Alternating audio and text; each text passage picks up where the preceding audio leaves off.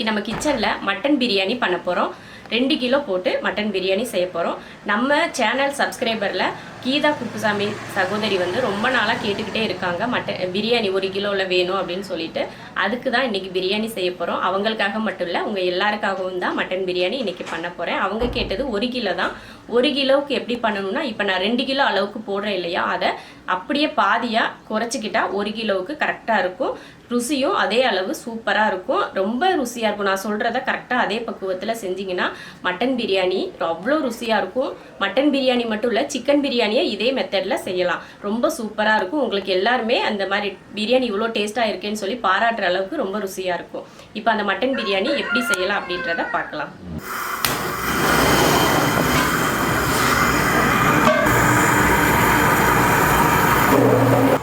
இப்போ 2 கிலோ பிரியாணி பண்ணுறதுக்காக இப்போ பாத்திரம் வச்சு ஒரு 1/4 லிட்டர் எண்ணெய் ஊற்றிருக்கேன்.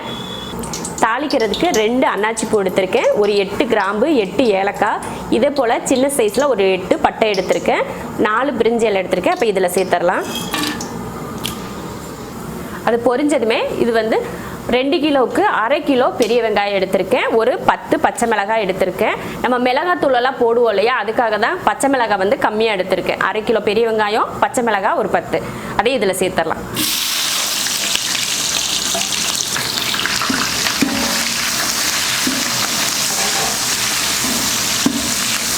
பிரியாணி நல்லா டேஸ்ட்டாக வரணும்னா நம்ம பிரியாணிக்கு ஒரு மசால் பண்ணணும். அது என்ன மசால் அப்படின்றத இப்போ பார்க்கலாம். பட்டை இந்த அளவுக்கு ஒரு 20 பட்டை எடுத்திருக்கேன், ஏலக்காயும் அதே அளவுக்கு 20 எடுத்திருக்கேன், கிராம்பும் அதே அளவுக்கு தான் 20 எடுத்திருக்கேன். எப்பயுமே பிரியாணிக்கு கிராம்பு வந்து அதிகமாக சேர்த்துக்க கூடாது. அதிகம் சேர்த்துட்டிங்கன்னா அந்த பிரியாணி வந்து ரொம்ப காரமாக இருக்கிற மாதிரியும் ஒரு மாதிரி சாப்பிட்றப்ப நாக்கெல்லாம் எரியும். அதனால கிராம்பு வந்து எப்பயுமே கம்மியாக தான் சேர்த்துக்கணும், அளவுக்கு அதிகமாக சேர்க்காதீங்க. சரி அளவு எடுத்திருக்கேன், கிராம்பு ஏலக்காய் பட்டை எல்லாம் சரி அளவு எடுத்திருக்கேன். அப்புறம் சோம்பு வந்து 1.5 ஸ்பூன் எடுத்திருக்கேன், கசகசா 1 ஸ்பூன் எடுத்திருக்கேன். இந்த ஸ்பூனில் தான் 1.5 ஸ்பூன் சோம்பும் 1 ஸ்பூன் கசகசாவும் எடுத்திருக்கேன். இந்த மசாலா தான் நம்ம பிரியாணிக்கே டேஸ்ட் கொடுக்க போகிற ஒரு மசால். நீங்கள் எந்த மசால் நீங்கள் சேர்த்துருந்தாலும் நான் சொல்கிற இந்த மசாலா சேர்த்து பாருங்கள், உங்கள் பிரியாணியே செம்ம டேஸ்ட்டாக இருக்கும், ரொம்ப நல்லாயிருக்கும். செஞ்சு பார்த்துட்டு நீங்களே சூப்பராக இருந்துச்சுன்னு சொல்வீங்க. இப்போ இதை நான் பவுட்ரு பண்ணி எடுத்துகிட்டு வந்துடுறேன். தண்ணி ஊற்றி கூட அரைச்சிக்கலாம், ஆனாலும் பவுட்ரு பண்ணி எடுத்துக்கலாம். ரெண்டுலேயும் உங்களுக்கு எது ஈஸியாக இருக்கோ அதை பண்ணிக்கோங்க. நான் பவுடரே பண்ணி எடுத்துக்கிறேன்.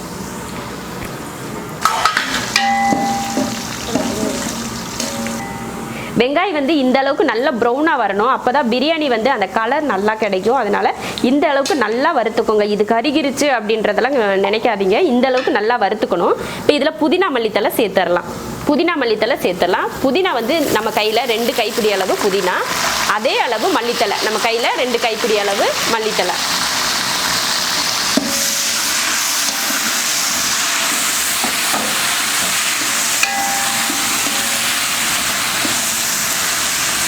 இப்போ இதை நான் பவுட்ரு பண்ணி எடுத்துகிட்டு வந்துட்டேன். இதுதான் பிரியாணியோட மசால். இப்போ இதை இதில் சேர்த்துடலாம்.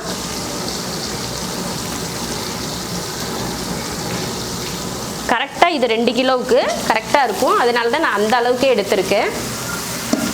அதே போட்டு கொஞ்சம் எண்ணெயில் வதக்கிக்கலாம். அதை வதக்கிட்டு தக்காளி சேர்த்துக்கலாம். தக்காளி வந்து நான் 1/4 கிலோ தக்காளி எடுத்திருக்கேன். 2 கிலோவுக்கு 1/4 கிலோ தக்காளி. தக்காளி வந்து அதிகமாக போடக்கூடாது, பிரியாணிக்கு கம்மியாக தான் சேர்த்துக்கணும். அதிகமாக தக்காளி போட்டால் அதுக்கு பேர் தக்காளி சாப்பாடு. தக்காளி நல்லா மசியட்டும்.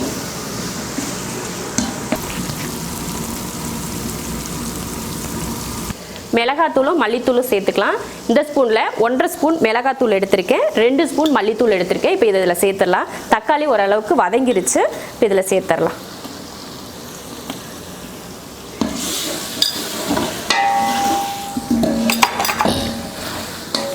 இஞ்சி பூண்டு பேஸ்ட்டு சேர்த்துக்க போகிறோம்.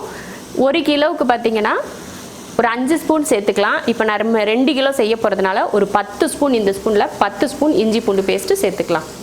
நான் 1/4 கிலோ இஞ்சி பூண்டு பேஸ்ட்டு அரைச்சி வச்சுருக்கேன், அதுலேருந்து தான் இப்போ சேர்த்துக்க போகிறேன். 2 3 4 5 6 7 8 9 10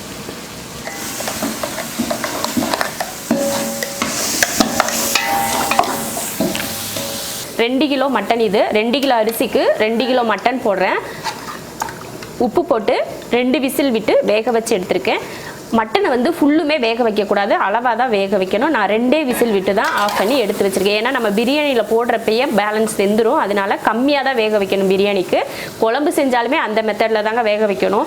1 விசில் 2 விசில் வெந்துடும் அப்படின்ற எப்படி வேகும் அப்படின்றதெல்லாம் கிடையாது. 2 விசில் விட்டு அதை கொதிக்க வச்சு வேக வச்சாதான் அந்த மட்டனோட குழம்போட டேஸ்ட் வந்து அருமையாக இருக்கும். அதனால நான் 2 விசில் விட்டு தான் ஆஃப் பண்ணி எடுத்திருக்கேன். இப்போ இதை நம்ம பிரியாணியில் சேர்த்துக்கலாம். உப்பு போட்டு மட்டும்தான் வேக வச்சு எடுத்திருக்கேன். இப்போ இஞ்சி பூண்டு பேஸ்ட்டு போட்டு வதங்கிருச்சு. அடுத்து மட்டன் சேர்த்துடலாம். வேக வச்ச மட்டன் நான் மஞ்சத்தூளெல்லாம் போட்டு வேக வைக்கல, மஞ்சத்தூள் போடாமல் தான் வேக வச்சுருக்கேன். மஞ்சத்தூள் போட்டு இருந்தோம்னா பிரியாணி வந்து மஞ்சள் கலராக வந்துடும், அதனால தான் நான் மஞ்சத்தூள் போடலை. தண்ணியே இல்லாமல் வெறும் மட்டனை மட்டும்தான் போட்டிருக்கேன். தண்ணியை கடைசியில் நம்ம அரிசிக்கு ஊற்றுவோம் இல்லையா தண்ணி, அது கூட சேர்த்து அதையும் ஊற்றிக்கலாம். மசால் சேர்ந்து கறியில் பிடிச்சி வேகட்டும். மட்டன் சேர்த்து கிளறி விட்டதுமே தயிர் சேர்த்துக்கலாம். இப்போது இதில் 2 கப் தயிர் வந்து 200 கிராம் தயிர். தயிர் ஊற்றி வேக வச்சா கறி வந்து சாஃப்டாக இருக்கும், அதுக்காக தான் தயிரை கறி கூடையே சேர்த்து ஊற்றி வேக வைக்கிறது. 1 லெமனோட ஜூஸ் இது, அது இதில் சேர்த்துறேன். 1 லெமன் போதும்.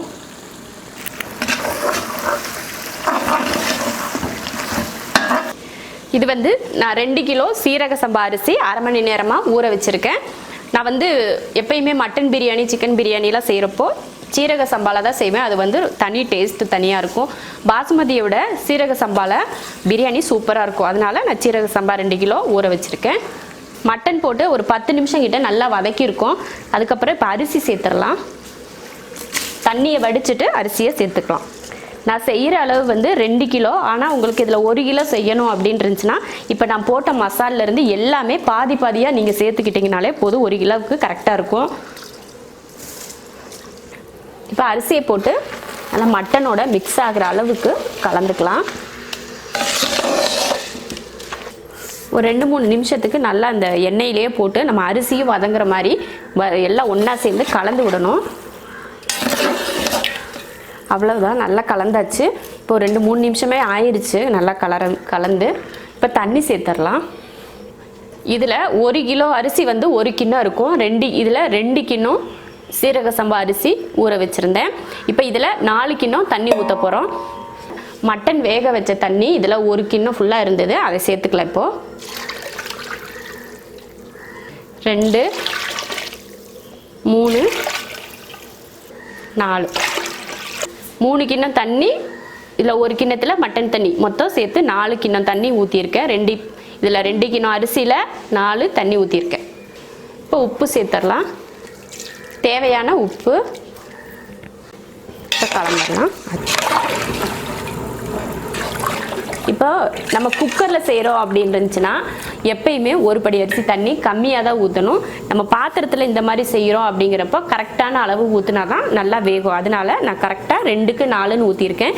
இதே நீங்கள் குக்கரில் செய்கிற மாதிரி இருந்தால் 2 படி அரிசிக்கு 3 படி தண்ணி ஊற்றினாலே போதும், கரெக்டாக இருக்கும். ஏன்னா அது வந்து குக்கர் மூடி போட்டு அந்த ஸ்டீமெல்லாம் வெளியில் வராமல் வேக வைக்கிறோம் இல்லையா, அதனால் குழஞ்சு போயிடும். அதனால் தண்ணி குக்கரில் எப்பயுமே கம்மியாக தான் ஊற்றணும். இந்த மாதிரி பாத்திரத்தில் செய்கிறப்போ சரியான அளவு ஊற்றணும்.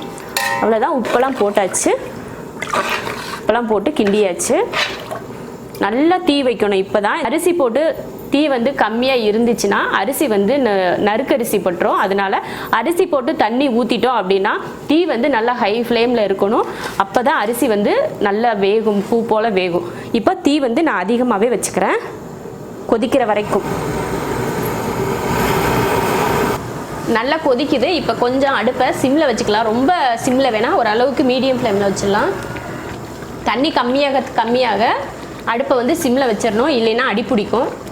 இப்போ தண்ணி பார்த்தீங்கன்னா கிண்டுறப்ப தெரியும், தண்ணி ஓரளவுக்கு வத்திடுச்சு. இப்போ இன்னும் நல்லா சிம்மில் வச்சுக்கலாம். இன்னும் இருக்கிற தண்ணியெல்லாம் வத்துற வரைக்கும் அடுப்பு கொஞ்சம் சிம்லையே இருக்கட்டும். இப்போ மூடி வச்சிடலாம். இப்போ சிம்மில் வச்சு பார்த்தீங்கன்னா நல்லா தண்ணி வத்திருச்சு. அரிசி பார்த்தீங்கன்னா இன்னும் கொஞ்சம் தான் வேக வேண்டியிருக்கு. இப்போ தம்மு வச்சிடலாம். நம்ம கிராமத்து சைட்ல எல்லாம் நம்ம பிரியாணி செஞ்சால் அடுப்பு கறி இருக்கும், அப்புறமா சிரட்டையெல்லாம் இருக்கும்னா தேங்காய் தொட்டியெல்லாம் இருந்துச்சுன்னா அதை வேக வச்சு நம்ம அதுக்கு மேலே தட்டு மேலே போடுவோம். இப்போ நம்ம இருக்கிற இடத்துலலாம் அந்த மாதிரி அடுப்பு எரிக்கிறதுக்கோ இல்லை இந்த தீ போடுறதுக்கோ வசதி இருக்காது இல்லையா, அதனால இந்த மாதிரி தம் போட்டுக்கோங்க. இப்போ நல்லா தண்ணி வத்திருச்சு, நல்லா கிண்டி விட்டு நல்லா இந்த மாதிரி அமுத்தி விட்டுருங்க. இது வந்து ஒரு காட்டன் துணி, அதை நல்லா தண்ணியில் முக்கி நனைச்சிக்கிறணும். நல்லா நனைச்சி புழிஞ்சு எடுத்துட்டு இந்த மாதிரி வச்சுருக்கேன். அதுக்கு மேலே தட்டு போட்டு மூடியாச்சு. அந்த ஒரு காட்டன் துணியை நல்லா நனைச்சி இந்த மாதிரி மூடி அதுக்கு மேலே தட்டை தூக்கி வச்சுருங்க. இப்போ இது மேலே ஒரு வெயிட்டு தூக்கி வச்சிடலாம். நான் இதில் ஒரு தண்ணி ஊற்றி ஒரு வெயிட்டுக்காக தான் வைக்கிறேன். உங்களுக்கு வெயிட்டாக எது இருந்தாலும் அதை மேலே தூக்கி வச்சுக்கோங்க. ஏன்னா அந்த ஆவி வந்து வெளியில் வராமல் இருக்கிறதுக்காக தான் மேலே வெயிட் வச்சுருக்கேன். கீழே அடுப்பில் வந்து ஃபுல் சிம், எந்த அளவுக்கு சிம்மில் வைக்க முடியுமோ அந்த அளவுக்கு சிம்மில் ஒரு 5 நிமிஷம் வச்சா போதும். 5 நிமிஷம் கழித்து ஓப்பன் பண்ணி பார்த்துட்டு திருப்பிக்கலாம். இப்போ தம்மில் வச்சு ஒரு 5 நிமிஷம் ஆச்சு. இப்போ எடுத்துடலாம்.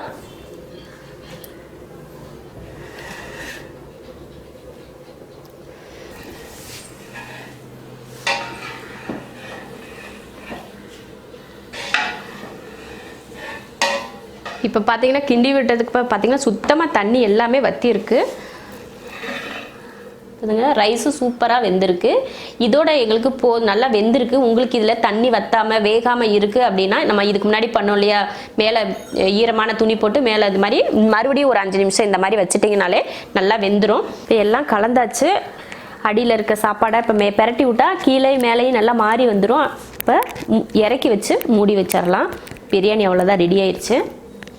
உங்களுக்கு வேகலை அப்படின்னா மட்டும் இன்னொரு 5 நிமிஷம் சேர்த்து தம்மில் வச்சுட்டிங்கன்னா நல்லா வெந்துடும். இப்போ அடுப்பை ஆஃப் பண்ணிடுறேன் நான். அவ்வளோதான், அடுப்பை ஆஃப் பண்ணியாச்சு. இப்போ மூடி தனியாக இறக்கி வச்சிடலாம். இதே மெத்தடில் பிரியாணி நீங்களும் செஞ்சு பார்த்துட்டு எப்படி இருக்குன்னு சொல்லிட்டு கமெண்ட் பண்ணுங்கள். பிடிச்சிருந்தா லைக் பண்ணுங்கள். மற்றவங்களும் நம்ம பிரியாணி பார்க்கணும்னு நினச்சிங்கன்னா ஷேர் பண்ணுங்கள். மறக்காமல் நம்ம ஷெரின்ஸ் கிச்சன் சேனலுக்கு சப்ஸ்கிரைப் பண்ணிவிட்டு பக்கத்தில் இருக்க பெல் பட்டனை ப்ரெஸ் பண்ணுங்கள்.